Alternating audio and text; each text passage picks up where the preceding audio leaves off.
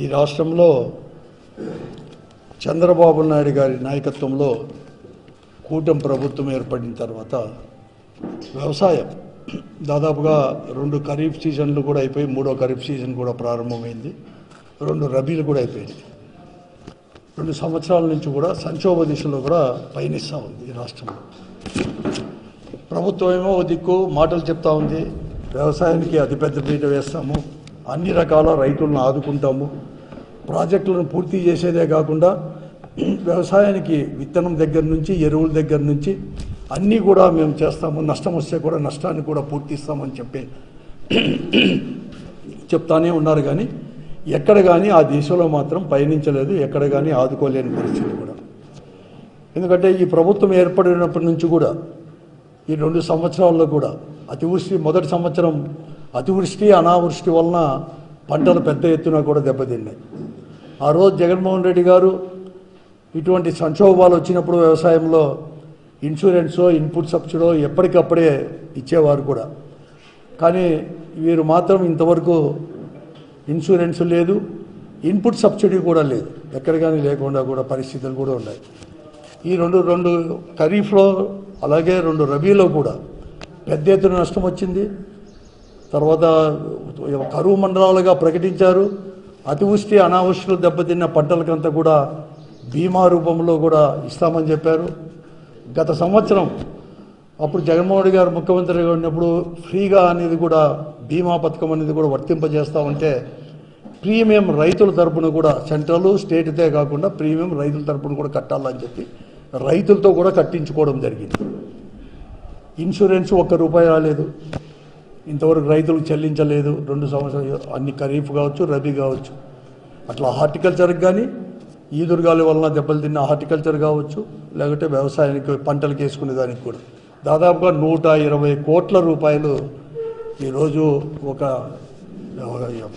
Input సబ్సిడీనే ఈరోజు ప్రభుత్వం ఇస్తామని ప్రకటించి ఈ 2 దాంట్లో మాత్రం ఇవ్వలేకుండా ₹1 కూడా చెల్లించిన వైనాన్ని ఈ జిల్లాలో మనం అందరు కూడా చూస్తూనే ఉన్నాం.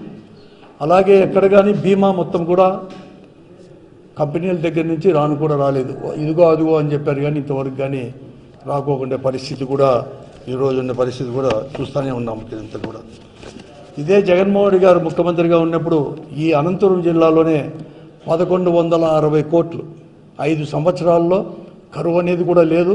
అయినా కూడా ఎక్కడెక్కడ దెబ్బతిన్నట్టు కానీ కొన్ని అట్లా దాంట్లో కూడా 1160 కోట్ల రూపాయలు కూడా మన బీమా రూపంలో కూడా చెల్లించడం జరిగింది.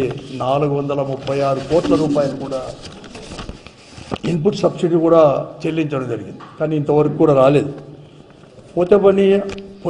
పోయిన ఖరీఫ్ అన్న పోనీ రబీలు అన్న పోనీ కనీసం ఈ ఖరీఫ్లో అయినా ఈ సంవత్సరమైనా ఆదుకుంటారేమో అంటే మొట్టమొదటి నుంచి కూడా ఎలినినో ప్రభావం ఉంటుందని చెప్పేసి శాస్త్రవేత్తలు చెప్తూనే ఉన్నారు.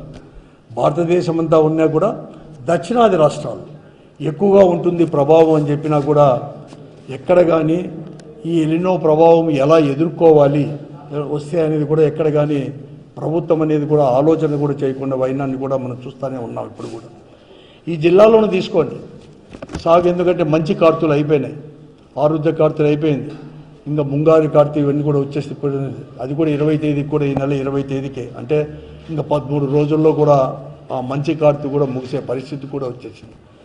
దాదాపుగా ఈ జిల్లాలో 8,65,000 ఎకరాలు సాగు భూమి ఉంటే ఈ జిల్లాలో ఇంతవరకు విత్తనం పడింది 1,38,000 ఎకరాల్లో దాదాపు అని నిన్ననే ప్రభుత్వమే అధికారులు ప్రకటించడం కూడా జరిగింది. దానిలో ఈ 8,65,000 ఎకరాల్లో దాదాపు సగ భాగం అనేది కూడా వేరుశనగ వేసేవారు మన జిల్లాలో. జగన్మోహన్ గారు ఉన్నప్పుడు 1,00,000 నుంచి 1.5 లక్షల క్వింటాలు కూడా సబ్సిడీతో విత్తనం సప్లై చేసేవారు. కానీ ఈ ప్రభుత్వం లాస్ట్ ఇయర్ కంటే తక్కువగా కేవలం 55,000 క్వింటాలు సబ్సిడీతో ఇస్తామని చెప్పేసి ప్రకటించి ఇంతవరకు సప్లై చేసింది మాత్రం 25,000 క్వింటాలు కూడా సప్లై చేయలేని పరిస్థితి కూడా. అది కూడా నాణ్యత అనేది కూడా చాలా లోపించింది, నాసి రకంగా ఉన్నాయి విత్తనాలు, ఇవి లేకోకుండా అయిపోయింది. ఎరువుల ధరలు విపరీతంగా పెరిగిపోయిన ఎరువులు కూడా దొరకలేని పరిస్థితి. ఉండిన యూరియా బస్తాను కూడా 150 రూపాయల నుంచి 200 రూపాయలు కూడా బ్లాక్లో అమ్ముకునే పరిస్థితి. లాస్ట్ ఇయర్ చూసాం, ఇప్పుడు అదే పరిస్థితి ఉన్నాం. ప్రభుత్వం ఏమో కొత్తగా మేమంతా కూడా యాప్లో చేయాలంటే యాప్లో ఎట్లా చేసుకోవాలని చెప్పి ఒక సామాన్యమైన రైతుకి, ముఖ్యంగా చిన్నకారు సన్నకారు రైతులకి, చదువు కూడా చదువుకోలేని రైతులకి ఎలా అప్లై చేసావో తెలియదు.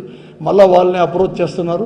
ఎలా జరుగుతుందో కూడా అందరికీ కూడా తెలిసిన విషయం. పత్రికల్లో పతాక శీర్షికల్లోనే వస్తుండే, కానీ ఎవరు కానీ పట్టించుకోలేని పరిస్థితి కూడా ఉంది అనమాట ఈరోజు కూడా. ఇప్పుడు దాదాపుగా కందులు కూడా 1200 క్వింటాలు మాత్రమే ఇంతవరకు సప్లై చేశారు మన జిల్లాలో. గతంలో 3000 క్వింటాల పైన వరకు కూడా సప్లై చేసేవారు. ఈ ప్రభుత్వం వచ్చినాక 1200 క్వింటాలు మాత్రమే సప్లై చేశారు. కానీ విత్తనం పడింది వేరుశనగ 6.8% మాత్రమే విత్తనం వేశారు. వేరుశనగ విత్తనం కేవలం 1,38,000 ఎకరాలు వేశారంటే దాదాపుగా 7,10,000 ఎకరాల్లో ఇంకా కూడా ఇంతకుంది. ఎందుకంటే దీనికంతా ఇప్పటికే ఖర్చు పెట్టుకున్నారు. మనం అనుకోకుండా జూన్లోనే వర్షాలు రావడం, జూన్లో వర్షాలు వస్తే ఏదో ఆశాజనకంగా ఉన్నాయని చెప్పేసి సేద్యాలు అందరూ కూడా చేసుకొని కూడా ఉన్నారు. ఆ తర్వాత జూన్ 2వ వారం 3వ వారం నుంచి వర్షాలు ఇంతవరకు జాడ కూడా లేదు, రావు అని కూడా చెప్తా ఉన్నారు. ఈ పరిస్థితి ఉన్నాయి. ఎక్కడ కానీ ఎవరు కానీ పట్టించుకోలేని వైనం కూడా ఉంది. మరీ ముఖ్యంగా హెచ్ఎల్ఎం తుంగభద్ర డ్యామ్ కింద హెచ్ఎల్ఎంస్ అంటే రాయదుర్గము, ఉరవకొండ నియోజకవర్గాల్లో అయితే అంతా కూడా రెడీ చేసుకుని దుక్కులు కూడా చేసుకొని ఒక సిద్ధం చేసుకొని నారలు కూడా పోసుకున్నారు. కానీ ఏది కానీ పట్టించుకోలేని పరిస్థితి ఈరోజు ఇక్కడంతా కూడా ఉండిన పరిస్థితి కూడా ఉంది. ఈ పరిస్థితుల్లో కనీసం గతంలో పోయినట్టు ఈ 2 సంవత్సరాలు పోయినట్టువి లేదు. ఈ సంవత్సరంకైనా కూడా ఇటువంటి కష్టకాలంలో మాటలకు రాజకీయాలకు దానికి మాత్రమే టైం కేటాయిస్తున్నారు తప్ప ప్రభుత్వంలో ఉండే పెద్దలు కావచ్చు, ఈ జిల్లాలో ఉండే ప్రజాప్రతినిధులు అందరూ కూడా అధికార పార్టీ ప్రజాప్రతినిధులు కావచ్చు చేస్తున్నారు తప్ప ప్రజలను ఆదుకోవాలని చెప్పేసి. అతి పెద్దగా ఈ జిల్లాలో వ్యవసాయం పైన ఆధారపడిన వారు, వ్యవసాయం పైన ఆధారపడినారంటే కేవలం రైతులు అంటే సన్నకారు సన్నకారు రైతులే మన జిల్లాలో ఎక్కువ, దాదాపుగా 80% మంది 5 ఎకరాల లోపల ఉండేవారే. వారిని గురించి ఆలోచన చేయలేదు, ప్రజల గురించి ఆలోచన చేయలేదు. ఎక్కడ కానీ ఈరోజు అనేది లేకుండా రాజకీయాలు తావిస్తున్నారు. మాటలు మాత్రం కోటలు దాటుతున్నాయి. చంద్రబాబు నాయుడు గారి దగ్గర నుంచి ఇంతవరకు కూడా కేవలం ప్రతిపక్ష పార్టీ విమర్శించడమే ఉంది. కానీ పోయిన తూరి అధికారంలో ఇప్పుడుండే ప్రధానమైన ప్రతిపక్ష పార్టీ వైఎస్ఆర్ కాంగ్రెస్ పార్టీ అధికారంలో ఉన్నప్పుడు వ్యవసాయానికి ఏం చేసింది, అంతకంటే ఎక్కువ చేస్తామన్నప్పుడు ఏం చేయాలని చెప్పి ఆలోచన లేకోకుండా రాజకీయాలు మాత్రమే చేసుకుంటూ పోతున్నారు. ఇటువంటి క్లిష్ట పరిస్థితుల్లో కూడా ఈ ఎలినో ప్రభావం కావచ్చు, పైన డ్యాముల్లో నీళ్లు లేవు, ఎక్కడికి లేవు. ఈ ప్రభావంలో ఏమి చేయాలి, తాగునీరు అయితే ఎట్లా, సాగునీరు అయితే ఎట్లా, లేకపోతే ఇది కరువు అనేది వస్తే ఈ 20 రోజుల్లో కూడా విత్తనం అనేది పడిపోతే ఇంతవరకు విత్తనం పడిన 1,30,000 ఎకరాలకు కూడా వాడుపడతా ఉన్నాయి వర్షాలు లేక. దానికి ఏం చేయాలని చెప్పి కనీసం ఒక ప్రణాళికబద్ధంగా కూడా ప్రభుత్వం అనేది కూడా ముందుకు కూడా కదలడం లేదు. ఈ జిల్లాలో ఉన్న ప్రజాప్రతినిధులకు కూడా ఎక్కడ కానీ చీమ కుట్టినట్లు కూడా ఎక్కడ కానీ లేదు. కనీసం ఆలోచన చేస్తాం, కూర్చుందాం అధికారులు అందరూ కలిసి, కంటింజెన్సీ ప్లాన్ ఏమి అనేది కూడా ఆలోచన చేయకోకుండా కూడా ఇంతవరకు కూడా ఉదిక్కు పత్రికల్లో పతాక శీర్షికల్లోనే వస్తూ ఉన్నాయి, స్టోరీస్ వస్తూ ఉన్నాయి. మేము కూడా ప్రతిపక్ష పార్టీగా వారికి ఎప్పటికప్పుడు చెప్తానే ఉన్నాం అధికారులకు అందరికీ కూడా. కానీ ఎక్కడ కానీ ఒక మీటింగ్ కానీ ఏది కానీ ఇంతవరకు కూడా చేసుకోలేని పరిస్థితి కూడా ఈరోజు కూడా ఉంది అని చెప్పి దాన్ని చేస్తున్నాం. కాబట్టి ఇప్పటికైనా కానీ ఈరోజు మళ్ళీ కూడా చెప్తారు, ఇంతవరకు ఇన్సూరెన్స్ చేయలేదు, బీమా అనేది కూడా చేయలేదు. ఎందుకంటే రైతులు ఇప్పటికే ఖర్చు పెట్టుకున్నారు దుక్కులన్నీ కూడా దీన్ని జూన్లో వచ్చిన వర్షానికి. విత్తనాలు కూడా ప్రభుత్వం అనేది సబ్సిడీ విత్తనాలు ఇవ్వకపోయినా కూడా ధరలు ఎక్కువైనా కూడా కొని తీసుకొచ్చుకున్నారు, అప్పులు చేసి కూడా కొన్ని కూడా తీసుకొచ్చి ఇంటిలో రెడీగా పెట్టుకున్నారు, విత్తనాలు పెట్టుకున్నారు. ఎరువులు కూడా కొనుక్కొని కూడా ఇంత ధరలు ఎక్కువ విపరీతమైన ధరలు ఉన్న గత 2 సంవత్సరాలు వీళ్ళు తీసిన బ్లాక్ మార్కెట్లో ఉంటే ఏమన్నా కానీ తీసుకుందామని చెప్పి 50 ఇంకా తక్కువ ఉంది, ఇంకా పెరుగుతుందేమని చెప్పి ముందు జాగ్రత్తకు కూడా ఇంటిలో పెట్టుకున్నారు. వర్షం జాడ లేకోకుండా పోయింది, ఎల్లినో ప్రభావం అని చెప్పి అంటున్నారు, వర్షాలు రావేమో అని కూడా చెప్తున్నారు. కానీ ఏం లేదు, ఎలా ఆదుకోవాలని కూడా తెలియదు. ఇప్పటికే క్రాప్ లోన్లంతా కూడా తీసుకున్నారు, కంప్లీట్గా క్రాప్ లోన్ తీసుకుంటారు. గతంలో క్రాప్ లోన్ కట్టేటప్పుడు ప్రభుత్వమైనా అలాగే కూడా చెల్లించేది జగన్మోహన్ రెడ్డి గారు ముఖ్యమంత్రిగా ఉన్నప్పుడు రైతుల యొక్క షేర్ కూడా.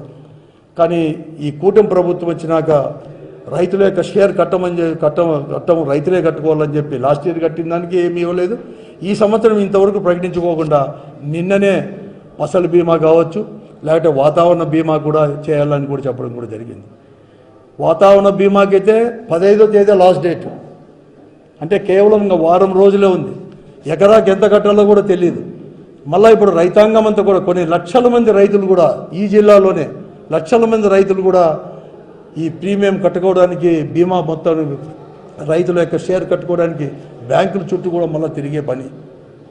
ఎంత కట్టాలో కూడా తెలియదు, కానీ వారం మాత్రమే టైం ఇచ్చినారు. అంటే ఎంత అశ్రద్ధ ఉందో, ఎంత నిర్లక్ష్యం ఉందో, రైతులంటే కూడా ఎంత నిర్లక్ష్యం ఉందో, వ్యవసాయం అంటే ఎంత నిర్లక్ష్యం ఉందో, ఇంతకంటే కూడా తార్కాణం ఈ కూటమి ప్రభుత్వానికి ఇంతకంటూ కావాలని చెప్పడానికి కూడా మళ్ళీ కూడా లేని పరిస్థితి, కూడా అంత దమనీయమైన పరిస్థితి ఈరోజు కూడా ఇక్కడ అంతా కూడా ఉండిన పరిస్థితి కూడా ఉన్నాయి.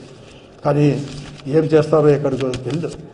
ఇంతేకాదు, ఈరోజు రైతాంగం ఈ 2 సంవత్సరాల్లో రైతులను ఆదుకునే వాళ్ళు లేక ఆర్భాటంగా కూడా ఎన్నికల సమయంలో పెద్ద ఎత్తున నష్టపోయినారు. రైతులు కూడా అప్పులు చేసుకున్నారు.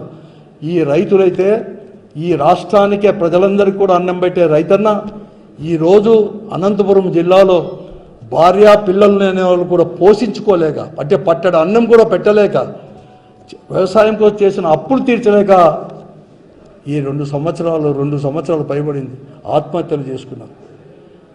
ఈ ఉమ్మడి జిల్లాలో 160 ఆత్మహత్యలు ఉంటే, అనంతపురం జిల్లాలో ఉంటే, ఒక అనంతపురం జిల్లాలోనే 75 మందికి పైబడి కూడా ఆత్మహత్యలు చేసుకున్నారు. 5 లక్షలు జగన్మోహన్ రెడ్డి గారు ముఖ్యమంత్రిగా ఉన్నప్పుడు ఇస్తామంటే మేము 7 లక్షలు ఇస్తామని చెప్పేసి ఒక్క రైతుకు కూడా 2 సంవత్సరాలు పైబడింది వచ్చేసి ఒక్క రైతు కూడా 24వ సంవత్సరంలో రైతులు ఆత్మహత్య చేసుకున్నా, 25లో చేసుకున్నా, ఇప్పటి వరకు 26 సంవత్సరాలు చేసిన 75 పైన వాడు కూడా ఆత్మహత్యలు చేసుకున్నారు. ఒక్క రైతుకు కూడా ఒక్క రూపాయి కూడా చెల్లించడం అయినా ఎంత దారుణమైన విషయం అంటే, ఈ జిల్లాలో కనీసం డివిజన్ స్థాయిలో ఒక ఆర్డీఓ కానీ, డిఎస్పీ కానీ, అగ్రికల్చర్ డెమాన్స్ట్రేటర్ అంతా కలిసి ఒక మీటింగ్ జరిగేసి ఈ లిస్ట్ అంతా పంపాలి. కానీ అటువంటి మీటింగ్ కూడా ఎక్కడ కానీ ఈ 2.5 సంవత్సరాల్లో ఎక్కడ కానీ నిర్వహించిన పాపాన్ని కూడా పోలేదు ఈ ప్రభుత్వం కూడా.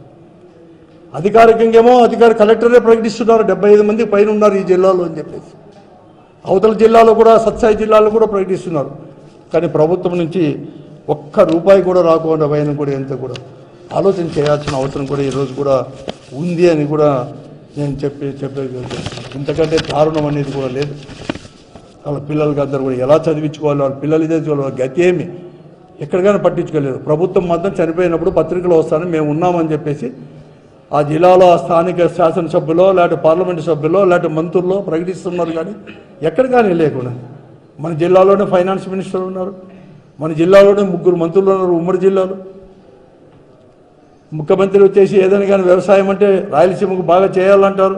రాయలసీమను హార్టికల్చర్కి కానీ లేకపోతే వ్యవసాయానికి హబ్బు చేస్తామని చెప్పి ప్రకటించుకున్న వాళ్ళు రైతులు అనేవాళ్ళు లేకుండా ఆత్మహత్యలు చేసుకుంటా అంటే వాళ్ళని పట్టించుకోకపోతే, బీమా రూపంలో కానీ ఇన్పుట్ సబ్సిడీలు రాకపోతే, ఇట్లా కరువు వస్తుందని తెలిసి ఎలా ముందుకు పోవాలి రైతు అనేది కూడా ఆలోచన చేయకోకుండా, ఒక కంటింజెన్సీ ప్లాన్ అనేది లేకోకుండా, అట్లాంటప్పుడు ఎన్నో ప్రభావం వస్తే రైతు కూలీలకు పనులు ఏం చేయాలి అని చెప్పేది కూడా లేకుండా దారుణమైన పరిస్థితులు, అతి దారుణమైన పరిస్థితులు ఎప్పుడు నేను చూడలేదు రాజకీయాల్లో ఉన్నప్పుడు. కనీసం మాట్లాడే వాళ్ళన్నా మాట్లాడారు. ఒక ధైర్యాన్ని, మానసిక ధైర్యాన్ని ఇచ్చేవారు రైతు కూలీలకు మేము ఉన్నామని చెప్పేసి. కానీ ఈ జిల్లాలో మాత్రం ఎవరు కానీ 14 మంది ఎమ్మెల్యేలు ఉన్నారు, దాంట్లో 3 మంత్రులు, 2 ఎంపీలు, అనేక రకాల కూడా ఉన్నారు. ముఖ్యమంత్రి ఏమైనా కానీ ఈ జిల్లాను ఆదుకోవాలంటాడు, కానీ ఎక్కడ కానీ లేకుండా పరిస్థితి కూడా ఈరోజు కూడా ఉంది. గతాన్ని గురించి ఇన్సూరెన్స్ బీమా మొత్తం ఇన్పుట్ సబ్సిడీలే ఇప్పుడేం సంవత్సరం అనే పరిస్థితులు కూడా ఉంది. ఈ పరిస్థితి కూడా ఉంది. పోతే పోనీ ఈ పొద్దు బ్రహ్మాండంగా చెప్పుకుంటున్నారు, కథలు చెప్తా ఉన్నారు. మేము 26 టీఎంసీలు మాత్రమే ప్రకటించింటే హెచ్ఎల్సీ నుంచి 29 టీఎంసీలు తీసుకొచ్చినామని చెప్తున్నారు. సంతోషమే, తీసుకొచ్చారు. 52 టీఎంసీలు అందరి నివా నుంచి తీసుకొచ్చినామని చెప్తుంటారు. ఈ పొద్దు అందరి నివా నుంచి 52 టీఎంసీలు తీసుకొచ్చినారు. 240 రోజులు పెట్టి ఎంతో పెద్ద ఎత్తున కరెంటు ఖర్చు పెట్టి.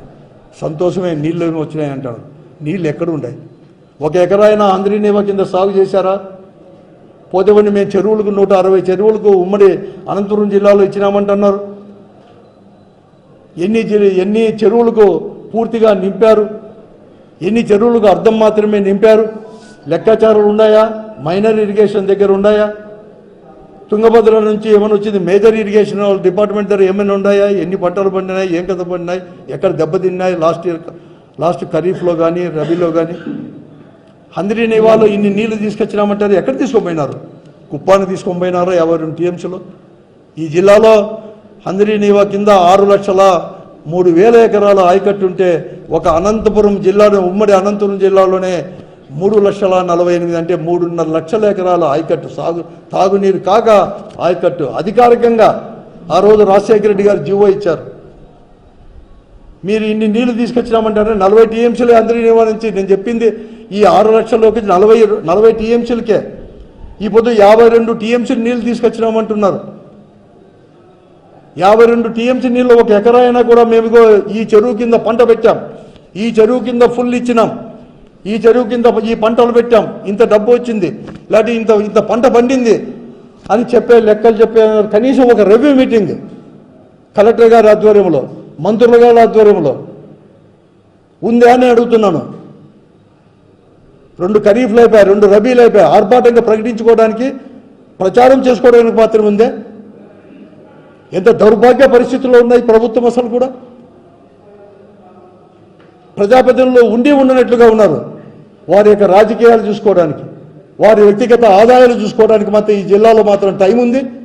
రాజకీయాలు చేయడానికి మాత్రం టైం ఉంది.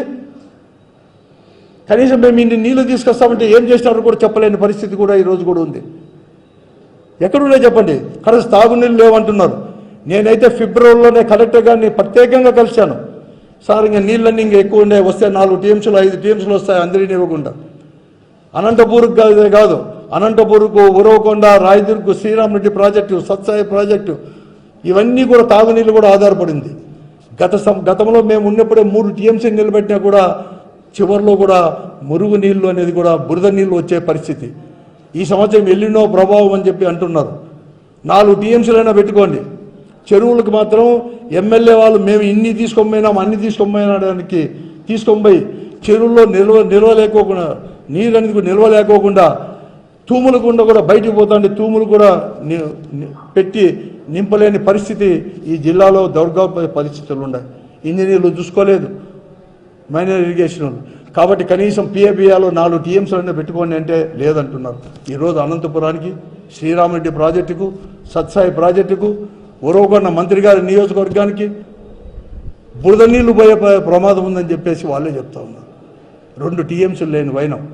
నేను స్వయంగా హెచ్చరించినాను కలెక్టర్ గారు కూడా నేను మాట్లాడానండి, ఎమ్మెల్యేలు ఒప్పుకోలేదు, నీళ్ళు వస్తాయిలే అంటున్నారు అని ఎంత నిర్లక్ష్యంగా చెప్పారని చెప్పి పాపం కలెక్టర్ గారు చెప్తా ఉన్నారు మాతో. దాదాపుగా ఇంకా నీళ్లు బంద్ చేసే దానికి ముందే 25 రోజుల ముందే కలెక్టర్ గారిని స్వయంగా కలిసి ఈ విషయంలో నాకు ముందు జాగ్రత్త తీసుకోమని చెప్పాను. ఎక్కడ కానీ లేదు. ఇప్పుడు టీబీ డ్యామ్కి మొన్ననే ఆదివారం మేమంతా కూడా విజిట్ చేశాం. ఓ ప్రైవేట్ కార్యక్రమానికి పోయి 9 టీఎంసీలు మాత్రమే ఉన్నాయి. అప్పుడే మనకు 40 టీఎంసీలు 35 టీఎంసీలు వచ్చేంతవరకు హెచ్ఎల్సీకి వదిలేక లేదు. కానీ అప్పుడే తుంగభద్ర డ్యామ్ నుంచి నిన్న సాయంకాలం నుంచి ఎల్ఎల్సీకు కర్ణాటక వాళ్ళు మాత్రం వదులుకున్నారు. కానీ ఓ దిక్కేమో ఇతడు సాగునీళ్ళు ఉండవు హెచ్ఎల్సీ కింద, ఓన్లీ తాగునీరే అంటారు. కానీ ఇంకా ఆ తాగునీరు కనీసం 40 టీఎంసీలకు వచ్చిన తర్వాత అయినా విడిచిపెట్టుకోకుండా కర్ణాటకలో విడిచిపెడితే 3 ముఖ్యమంత్రులు ఆడ కలుసుకొని కనీసం ఏమని చెప్పుకోకుండా మేము మాట్లాడుకున్నాము. 3 రాష్ట్రాల యొక్క భవిష్యత్తు, రైతుల యొక్క భవిష్యత్తు దృష్ట్యా చెప్పినారు. కానీ కనీసం ఏం జాగ్రత్తలు తీసుకోవాలి, మన స్టేట్ నుంచి ఏం జాగ్రత్తలు తీసుకోవాలి అని చెప్పి చెప్పలేని వైనం ఇరిగేషన్ మినిస్టర్ గారి ఈ పరిస్థితి అనేది కూడా ఈరోజు కూడా ఇక్కడ ఉండే పరిస్థితి కూడా ఈరోజు కూడా ఉంది. కరెంటు లేదు, అసలు గిట్టుబాటు ధరలు లేవు, పండ్లకు లేవు, కాయగూరలకు. అప్పుడు ముందైతే అన్నీ అయిపోయినాయి. ఇప్పుడు అయిపోయిన తర్వాత విపరీతమైన ధరలు కూడా పెరిగిపోయాయి. ఎక్కడ లేదు, ఒక కంటైనర్స్ ప్లాన్ లేదు. ఇప్పటికైనా ప్రభుత్వం కానీ, ముఖ్యంగా ఈ జిల్లాలో ప్రజాప్రతినిధులు, మంత్రులకు, అధికారులు, కలెక్టర్ వాళ్ళందరికీ కూడా నేను మనవి చేస్తున్నాను, ప్రభుత్వానికి కూడా మనవి చేస్తున్నాను. ఈ జిల్లా రైతాంగం తరపున ఈ జిల్లాలోనే 4 లక్షల మందికి పైబడిన కుటుంబాలు, 4 లక్షల మంది కుటుంబాలు, ఉమ్మడి జిల్లా కాదు, ఈ జిల్లాలోనే వ్యవసాయం పైన రైతులే ఆధారపడినారు. ఇంకా రైతు కూలీలు ఎంతమంది ఆధారపడినారో తెలుసుకోవాల్సిన అవసరం. అలాగే ఎన్ఆర్ఎస్ఎస్ పేరు మాత్రమే మార్చేశారు. ఇటువంటి కరువు అనేది వస్తే మరొక మారు వలసలు పోకుండా రైతు కూలీలు రైతులు కూడా చిన్నకారు రైతులకు వలసలు పోయకుండా ఏమి చేయాలని చెప్పే ప్లాన్ కూడా తీసుకోమని చెప్పి నేను ఈ ప్రభుత్వాన్ని వైఎస్ఆర్ కాంగ్రెస్ పార్టీ తరఫున డిమాండ్ చేస్తున్నాం. లేకుంటే రైతాంగం తరపున అలాగే రైతు కూలీల తరపున కూడా కలిసి వచ్చే పార్టీలతో కలిసి కూడా పోరాటం చేయడానికి కూడా సిద్ధపడతామని కూడా నేను కూడా ఈ ప్రభుత్వాన్ని కూడా హెచ్చరిస్తున్నాను కూడా ఈరోజు హెచ్చరిస్తున్నాను. కేవలం మాటలకు మాత్రమే పరిమితం కావద్దండి. రైతుల యొక్క ఆత్మహత్యల గురించి మాట్లాడండి. రైతుల యొక్క ఆత్మహత్యలకు వాళ్ళకు పారితోషికం ఏదైతే చెప్పారో దాన్ని వెంటనే ప్రకటించండి. ప్రకటించేది కాదు, ఇవ్వండి.